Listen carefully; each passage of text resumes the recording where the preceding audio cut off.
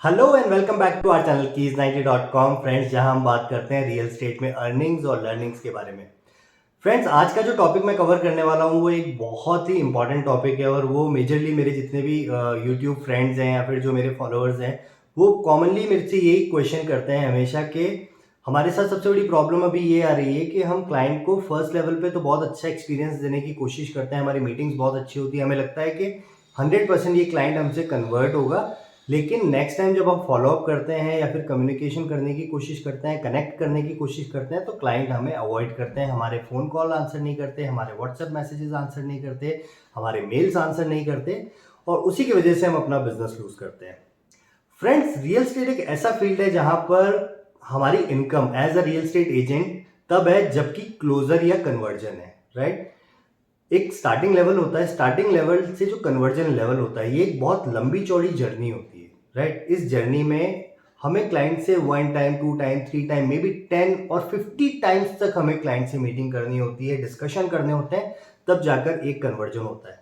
But problem तो यहाँ है कि फर्स्ट मीटिंग के बाद जब हम क्लाइंट को सेकेंड लेवल तक ही लेकर नहीं आ पा रहे, राइट, सो उसके आगे के लेवल्स तक पहुंचना तो फिर नामुमकिन है, राइट। सो मैं आज उन 3 मेजर मिस्टेक्स की बात करूंगा जो कॉमनली एक रियल एस्टेट एजेंट, स्पेशली जो एंट्री लेवल के लोग हैं या फिर जो कम एक्सपीरियंस या फिर फ्रेशर्स हैं जो इस फील्ड के अंदर आए हैं, वो करते हैं और इसी की वजह से वो क्लाइंट को आगे के लेवल्स तक नहीं लेकर जाता।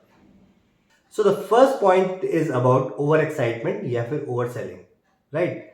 देखिए फ्रेंड्स, क्या होता है कि जब हम नए होते हैं या फिर काफ़ी समय तक हमारा कोई कन्वर्जन नहीं हुआ हुआ होता है या फिर हमें हमें हमारे ऊपर सेल्स प्रेशर होता है तो हम ओवर एक्साइटेड हो जाते हैं, राइट। हम क्लाइंट से बहुत ज़्यादा सवाल पूछने लग जाते हैं या फिर हम क्लाइंट को बहुत ज़्यादा इस तरीके से परस्यू करते हैं कि आज ही हमें कन्वर्जन मिल जाए या फिर ये डील हमारी आज ही हो जाए और आज ही हम पैसा कमा लें। फ्रेंड्स, एक ऐसा फील्ड है जहां पर जो भी बायर होता है वो समटाइम्स अपनी लाइफ टाइम सेविंग इन्वेस्ट कर रहा होता है, राइट।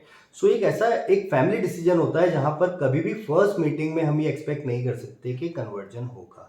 तो फर्स्ट मीटिंग में हमारे टारगेट सिर्फ ये होना चाहिए कि हम जैसे करके हम हमारे क्लाइंट को सेकंड मीटिंग तक लेकर जाएं या फिर आगे वाले लेवल तक लेकर जाएं। हमें फर्स्ट मीटिंग में हमारे ये टारगेट होने चाहिए कि हम क्लाइंट को अपने से कंफर्टेबल करें, राइट। क्लाइंट को आपसे मिलके मजा आना चाहिए, आपको क्लाइंट से मिलके मजा आना चाहिए, ठीक है। उनको लगना चाहिए कि yes, he is the right person जो कि हमें हमारी इस जर्नी में रियली हेल्प करने वाले हैं, राइट। जब तक ये फीलिंग क्लाइंट के अंदर, एक फ्रेंडली फीलिंग क्लाइंट के अंदर नहीं आएगी, वो क्लाइंट नेक्स्ट टाइम शायद आपको अवॉइड करेंगे। अगर आप उनको कंफर्टेबल कर देते हैं फर्स्ट मीटिंग में तो वो आपकी फर्स्ट विनिंग है, राइट। और कुछ और रीजंस है जिसकी वजह से होता है। क्लाइंट आपकी आंखों में कॉन्फिडेंस देखते हैं, वो ये देखते हैं कि आप कैसे दिखते हैं, वो ये देखते हैं कि आप कैसे कम्युनिकेट करते हैं, ठीक है ना। वो ये देखते हैं कि आपका नॉलेज लेवल क्या है, राइट। हमारा नॉलेज लेवल काफी हद तक ये डिपेंड करेगा कि क्लाइंट हमारे साथ आगे बढ़ेगा या नहीं बढ़ेगा, राइट। क्योंकि क्लाइंट आपके साथ आगे बढ़ना चाहता है तो आप, वो बेसिकली आपकी गाड़ी में सवार हो रहा है, राइट। आप उसकी उसकी उस जर्नी में ड्राइवर है। अगर आप भी कहीं जाते हैं और अगर आप किसी किसी भी बस में बैठे हैं और एक बस का एक ड्राइवर होता है तो आप समझ सकते हैं कि आपके लिए वो ड्राइवर कितना इंपॉर्टेंट है, क्योंकि वो आपको राइट डायरेक्शन या रॉन्ग डायरेक्शन में ले जाने वाला वही होता है, right. So real estate journey में भी जब भी आप क्लाइंट से फर्स्ट टाइम मिलते हैं, so we need to make sure कि हम क्लाइंट को अपने से कंफर्टेबल करें, हमारा जो नॉलेज लेवल है हम उनसे शेयर करें, हम उनकी सारी बातें समझने की कोशिश कर रहे हैं, सुनने की कोशिश कर रहे हैं। Problem number 2, we do not understand the real need of the customer, right. हालांकि हम अपने आप को स्मार्ट समझते हैं और हम जब क्लाइंट से मिलते हैं ना, हम बहुत सारे क्वेश्चन पूछते हैं। सबसे पहला, सर आपका बजट क्या है, ठीक है, अभी आप कहाँ रह रहे हैं, ठीक है, कहाँ पे आप काम करते हैं, ठीक है, मैडम भी जॉब करती है क्या। सो हम इतने सारे क्वेश्चंस क्लाइंट से पूछते हैं, लेकिन आप ये मान के चलिए कि 2022 चल रहा है, ठीक है, और ये अब एक नेक्स्ट लेवल आ चुका है रियल एस्टेट का जहां पर buyer is smarter than a seller, right. So वो, आप ये उम्मीद मत कीजिए कि आपके सारे सवालों के सही जवाब आपको मिलेंगे, राइट। जब आप बजट के पूछेंगे तो हो सकता है बोले बजट की तो कोई प्रॉब्लम नहीं है, आप तो बताओ, राइट। सो यहाँ पर क्या होता है, यहाँ पर आप बहुत ज्यादा क्वेश्चंस तो पूछते हैं, बट उन क्वेश्चन से फिर भी आप ये रियल में पता नहीं लगा पाते कि एक्चुअल में क्लाइंट को चाहिए क्या, राइट? सो उसका राइट तरीका ये है कि आप अपने डिस्कशन में इंटीग्रेट करें अपने क्वेश्चंस को। फर्स्ट स्टेप पे हमने क्लाइंट को कंफर्टेबल किया, अब हम अपने डिस्कशन में इंटीग्रेट कर रहे हैं। अच्छा सर, वो हो अभी आप कहाँ रहते हैं सर? ओके, तो आपका ऑफिस आपके घर से कितना दूर है? तो सबसे पहले कहाँ रहते हैं उन्होंने बताया, तो ऑफिस कितना दूर है, अब हमें ये भी पता चल गया कि वो कहाँ पे काम करते हैं या फिर उनका बिजनेस है या नहीं, राइट? और बोले सर मैम भी कहीं पे जॉब करती है, तो इससे हमें ये भी पता चल गया कि मैम भी कहीं पे जॉब करती है या नहीं, राइट? कौन सी गाड़ी वो यूज करते हैं वो भी आप, कई ऐसे इनडायरेक्ट मेथड है जिनसे हम क्लाइंट की रियल नीड को पता कर सकते हैं, राइट? सो हमें सिर्फ क्वेश्चंस नहीं पूछने होते हैं, हमें इनडायरेक्ट वे में अपने क्वेश्चंस को इंटीग्रेट करके क्लाइंट से पता करना होता है कि what actually they are looking for. और सिर्फ ये नहीं कि वो क्या बाय करना चाहते हैं या फिर कितना बजट है, हमें ये भी पता करना होता है कि वो कब बाय करना चाहते हैं। अभी सबसे ज्यादा प्रॉब्लम पता है क्या आ रही है, वो ये है कि फैमिली में डिस्कशन हुआ, किसी क्लाइंट ने सोचा कि ठीक है हमारा एक वो इन्वेस्टमेंट हम सेल कर देते हैं, हमारी वो प्रॉपर्टी हम सेल कर देंगे और हम प्रॉपर्टी खरीद लेंगे, राइट? तो जैसे ही घर में डिस्कशन हुआ, अगले दिन से वो सेल नहीं हुई, लेकिन उन्होंने अपनी एक्सरसाइज खरीदने वाली चालू कर ली, राइट? सो यहाँ पर हो सकता है कि 3 मंथ्स 6 मंथ्स 1 ईयर उस प्रॉपर्टी को सेल होने में लग जाए, क्योंकि आप ये मान के चलिए कि जब तक वो नहीं सेल होगी तब तक नई बाय नहीं होगी, तो जब तक वो सेल नहीं होगी, बाय नहीं होगी, तो फिर आपका ट्रांजैक्शन खत्म नहीं होगा। सो हमें ये भी पता करना होता है कि कितना टाइम फ्रेम उस कन्वर्जन में लगेगा। तो वो सारी चीजें तब पता होगी जब हम क्लाइंट की नीड को अच्छे से समझेंगे, उसकी रिक्वायरमेंट को अच्छे से समझेंगे। And the third and very important which is the secret of this topic, we end up with the close ended discussion, right? हम हमारे डिस्कशन को वहां पर क्लोज करते हैं जहां पर हम सारी डिटेल दे चुके होते हैं। हम नेक्स्ट मीटिंग के लिए, नेक्स्ट डिस्कशन के लिए कोई ऐसा पॉइंट नहीं छोड़ते जिसकी वजह से उनको अगली बार हमारे फोन उठाने की जरूरत फील हो, राइट?